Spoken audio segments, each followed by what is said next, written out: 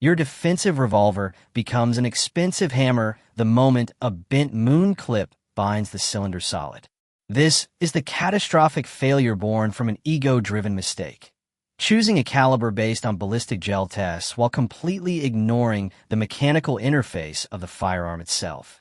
This analysis strips that ego away to focus on the raw engineering consequences of your choice, because a dead gun is the ultimate prize for buying on hype. The debate isn't about two bullets. It's about two fundamentally different engines. The .357 Magnum is a high-pressure racehorse, a thoroughbred engineered for pure velocity that demands a long track to run and a firm hand to control. In contrast, the .45 ACP is a low-pressure bulldozer built to move heavy mass with relentless torque, but requires fragile, specialized hardware, the moon clip, to even function in a revolver. Selecting the wrong system for your use case doesn't just mean suboptimal performance. It risks a non-functional tool when everything is on the line. This isn't about which caliber is better, but which mechanical reality prevents a catastrophic failure under pressure. Look at the architecture of the brass itself. The .357 Magnum was engineered specifically for a cylinder. It features a pronounced, thick rim at the base. That rim allows the cartridge to headspace flawlessly against the rear of the cylinder. When you strike the ejector rod under stress, the extractor star catches that solid rim and kicks the empty brass out with absolute mechanical certainty. It is a completely standalone unit. You can load it with loose round from a box, a dump pouch, or a traditional speed loader without ever needing secondary hardware. The .45 ACP requires a completely different mechanical interface. Because it is a rimless case born for a semi-automatic pistol, running it in a revolver mandates the use of moon clips. These are stamped pieces of spring steel that snap into the extractor groove of the casing. This creates a high-speed, high-risk dependency. On one hand, moon clips provide the absolute fastest reload mathematically possible with a wheel gun. You're dropping all 6 rounds into the chambers as a single unified block and punching out the empties the exact same way. There is zero fumbling with loose cartridges or aligning speed loader pins when your adrenaline is spiking. For a pure combat reload, the moon clip remains the gold standard for keeping a revolver shooter in the fight. But that speed introduces a massive tactical vulnerability. If that thin piece of sheet metal gets slightly tweaked or bent while sitting in your pocket, bouncing around a range bag, or during a fumbled reload, your cylinder is going to bind up tight against the frame. Your primary defensive tool just became an expensive hammer. The fatal mistake is assuming a .45 ACP wheel gun is a low-maintenance, grab-and-go system. It is actually a highly dependent platform. If you lose or damage those clips, you are reduced to picking spent casings out of the chambers with a fingernail or a pocket knife. The choice here is a direct trade-off between the standalone, rugged independence of the rimmed Magnum and the high-performance, fragile speed of the clipped .45. Beyond the loading mechanism, the core operational difference lies in the engine room, where chamber pressure dictates the firearm's long-term health. The .357 Magnum is a pressure cooker operating at a violent 35,000 pounds per square inch. Every time the hammer falls, that pressure creates a brutal shockwave that slams into the revolver's frame. This force is not free. It directly attacks the most critical lockup points of the gun, eroding the forcing cone where the barrel meets the cylinder and placing immense stress on the crane that holds the cylinder in alignment. A steady diet of full-power Magnum loads accelerates mechanical fatigue, inevitably leading to timing issues and a looser lockup over the gun service life. This is the hidden cost of the Magnum's high-velocity performance. The engine is constantly running at its red line, trading longevity for raw power. In stark contrast, the .45 ACP is a low-revving engine, chugging along at a relaxed 21,000 psi. This is nearly 40% less pressure than the Magnum. Because the .45 achieves its terminal effect through heavy mass rather than extreme velocity, it is incredibly forgiving on the firearm's metallurgy. The recoil impulse is a slow, heavy push, not a sharp, destructive crack. This brings us to the heirloom factor. A modern, robust revolver chambered in 45 ACP is essentially a multi-generational firearm.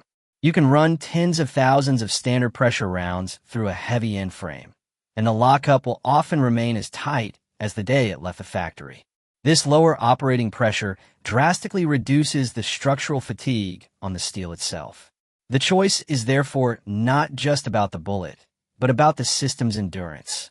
You are choosing between a high-strung platform that demands maintenance and a durable workhorse engineered for a lifetime of service, which has profound implications for both the weapon and the shooter.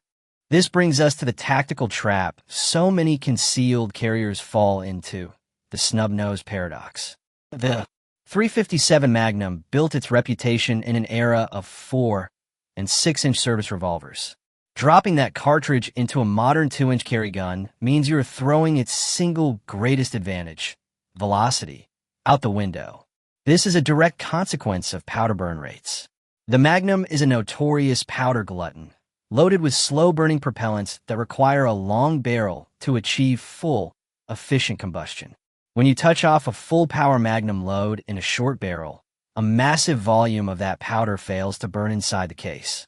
Instead, it detonates outside the muzzle, creating the signature concussive blast and blinding fireball that obliterates your night vision. You are effectively flash-banging yourself in a low-light encounter, suffering all the penalties of Magnum recoil and report with very little of the ballistic payoff. Chronograph data from 2026 confirms this inefficiency. Out of a 2-inch barrel, a 125-grain .357 Magnum load often struggles to break 100 feet per second, dropping its performance squarely into the territory of a premium 38 Special Plus P round. You have accepted Magnum-level punishment for 38 level results. The 45 ACP, however, is a vastly more efficient engine in a compact platform. It was designed with fast-burning powders that do their work quickly, propelled by the large case volume and wide bore. The expanding gases achieve optimal pressure before the bullet has traveled very far down the barrel. As a result, a 45 ACP revolver with a 2-inch barrel retains roughly 95% of the energy and velocity it would have from a 5-inch barrel. It simply does not bleed off momentum in a short-barreled format. If your mission dictates a compact, deep concealment revolver, the physics are undeniable. The 45 ACP delivers its advertised heavy-hitting performance without the crippling blast and wasted energy of its high-pressure counterpart, making it the superior ballistic choice for the snub-nose use case. Beyond the firearms mechanics, we must analyze the physical toll on the shooter, where recoil management often becomes the deciding factor. The myth that a defensive handgun must hurt to be effective is a dangerous one. The .357 Magnum's high pressure translates into a sharp, high-frequency recoil impulse. It snaps the wrists violently, driving a stinging shockwave directly into the web of the hand. For anyone with compromised grip strength, arthritis, or carpal tunnel, a cylinder of full-power Magnums is physically punishing. This experience hardwires a severe anticipation flinch, destroying accuracy and making rapid, controlled follow-up shots nearly impossible. It demands a powerful crush grip just to keep the gun from bucking uncontrollably. The 45 ACP provides the polar opposite experience. Its low operating pressure generates a heavy, rolling push rather than a violent crack. The recoil impulse doesn't bite. It smoothly lifts the forearms in a predictable arc, allowing the shooter to track the front sight through the entire firing cycle. This brings us to the ultimate cheat code for shooters who need fight-stopping power but can no longer tolerate Magnum-level abuse. Transitioning to a 45 ACP revolver allows you to deploy a major caliber projectile with a recoil profile closer to a casual plinking gun, preserving your joints without sacrificing performance. However, this is where the .357 Magnum platform reveals its own strategic advantage: logistical flexibility. Every .357 Magnum revolver is effectively two guns in one.